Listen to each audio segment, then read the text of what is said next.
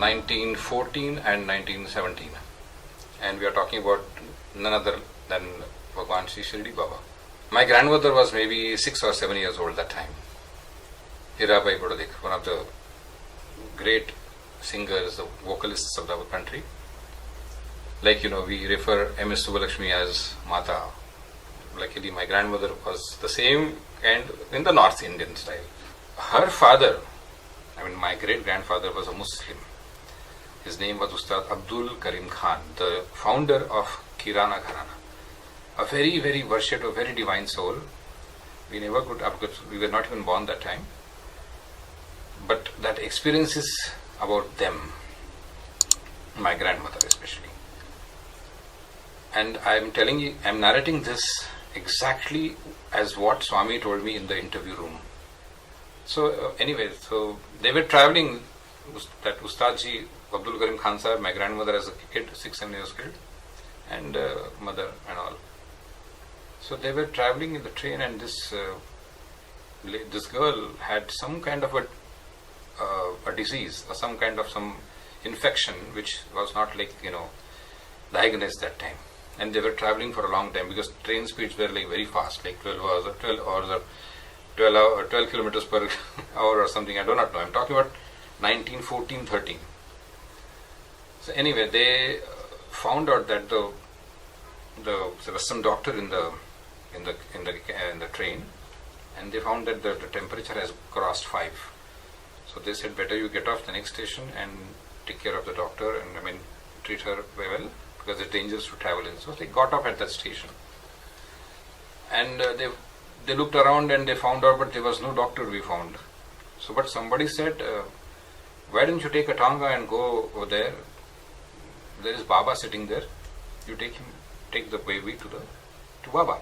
So they didn't know what they were talking. So they wanted some help. So naturally they went over there, and they found out that it was Shirdi Baba sitting over there. That was Shirdi, and maybe it was Koparga. I don't know what even the station was there. I do not know. But they went over there, and then what Swami told, that Shirdi Baba saw them coming and said, "Bachchi ko idhar leke aao, bachchi nahi marti." That means get the child over here, she won't die. So they went to him, Shirdi Baba, and he blessed the child and cured her. And slowly, they stayed there for 1-2 days. So slowly the temperature went down and she was out of that danger, and the infection was reduced with the Vibhuti ash, of course. So my great-grandfather, Ustad Abdul Karim Khan Sahib, he was fortunate enough to sit in front of Shirdi Baba and do Gayan Seva for 3-4 days. Actually, those 3-4 days, when in a book I recently found out that after a certain time they had to leave, because he was a musician. So musicians have to go around traveling for programs. So before leaving, Shirdi Baba again blessed them and gave them some silver coins, which I do not know about, but it is written in a book. We have that book in our college. So this was one of the most blessed moments in her life. Later, Hirabai ji, that means my grandmother, we were talking about the girl, that is Hirabai ji, my grandmother. When she was 60 years old, on her 60th birthday, there is the birthday is coming 3-4 days away, a message comes from Bombay. We stay in Pune, in Maharashtra. A message came from Bombay that Bhagwan Sri Satya Sai Baba is in Bombay and would like to listen to Hirabai ji's vocal recital on the same day as her birthday. And that is her 60th birthday.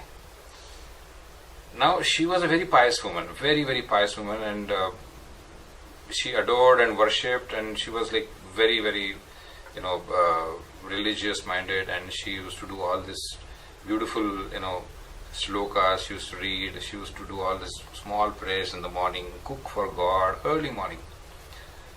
So she decided she will go. But everyone in the household said that the birthday is for your 60th felicitation, and all the stalwarts, Pandit Ravi Shankar, Bade Ghulam Ali Khan, Amir Khan, blah blah, all the tops are going to come and perform for that. So if you go away, then it's going to be a problem for there. So she sent the message that it's my birthday, and all this thing is happening. So the message came that you come in the morning, you will be sent back by afternoon. So somehow it worked. Maybe they sent a car or something, and she went to Bombay. And that was the first time in Bombay, Swami was staying with this some minister called P.K. Sawant. He was this elderly, very senior minister in Maharashtra. So at his home, this thing happened, and she went and took his darshan. So when she touched Swami's feet, Swami smiled and said, "Tum to pehle Sai ko milke aaye ho." That means you have already met Sai. See, of course, she won't understand what he was saying. She took blessings, she sang, and then she came down, and Swami blessed her, and then she was back home for the program. So that was the introduction, the physical introduction with the second avatar of my grandmother, Hirabai ji. Later, another beautiful memory and an episode happened, a remarkable experience we had when my grandmother, Hirabai ji, was formally, I can say, called in for a concert by the government of India to perform in the Parliament House for some foreign delegates. And this was in the mid-70s or late 70s. So when it's a government concert, I mean, you believe that, because it's so formal that the register letter and the approval and the documenting and the sign and the signature and all that. So because it is signed by the President of India. So one date was fixed, a particular date was decided, and she accepted the program to go to Delhi and perform there. It was like 2 months away. But in the meanwhile, another call came, and that was from Puttaparthi, saying that Swami has asked Hirabai ji to come there and perform in front of Bhagwan Baba on the same day as the Delhi date which he had already given for the government. Now again, this is another episode where, earlier she had already been asked in Bombay to come for her 60th birthday. This was the same kind of an episode, but this was Delhi. But something more happened here. She refused the concert. She cancelled the Delhi concert. She sent an official letter, and she sent the message to Puttaparthi saying that I will be coming there and performing. So she goes with her entire musicians and all and family. We all go there. I don't remember, but we know this, and this has been documented in the Satyam Shiva Sundaram, approved by Swami also. So she came to Puttaparthi. She sang in front of Swami. She was here for 5-6 days. Swami gave interviews, and then she later came back to Pune. So after a week or 2 weeks, a registered letter comes in, the cover letter saying that Hirabai ji, your performance in Delhi was very good. The delegates of the blah blah country liked it very much, and I would like to invite you, and all these things with a check behind the remuneration of the concert. Now what she thought, my grandmother thought that it's a clerical mistake. Maybe by mistake somebody must have performed, and that check, instead of changing the name, it came to her name. So she nicely again returned the check, and so a phone call came from there and saying, what you are talking, you had come over there, you stayed over there in this particular person's house, you cooked food for them also, I mean, like, they were family, and there was a newspaper photograph in the one of the major newspaper over there in Delhi, and you came and performed there, and you are saying you didn't come and perform. Whereas actually at the same moment she was performing in Puttaparthi. So this was one of the very, very rare and unheard such kind of a thing. And she was a very, very blessed soul. She was a very divine soul.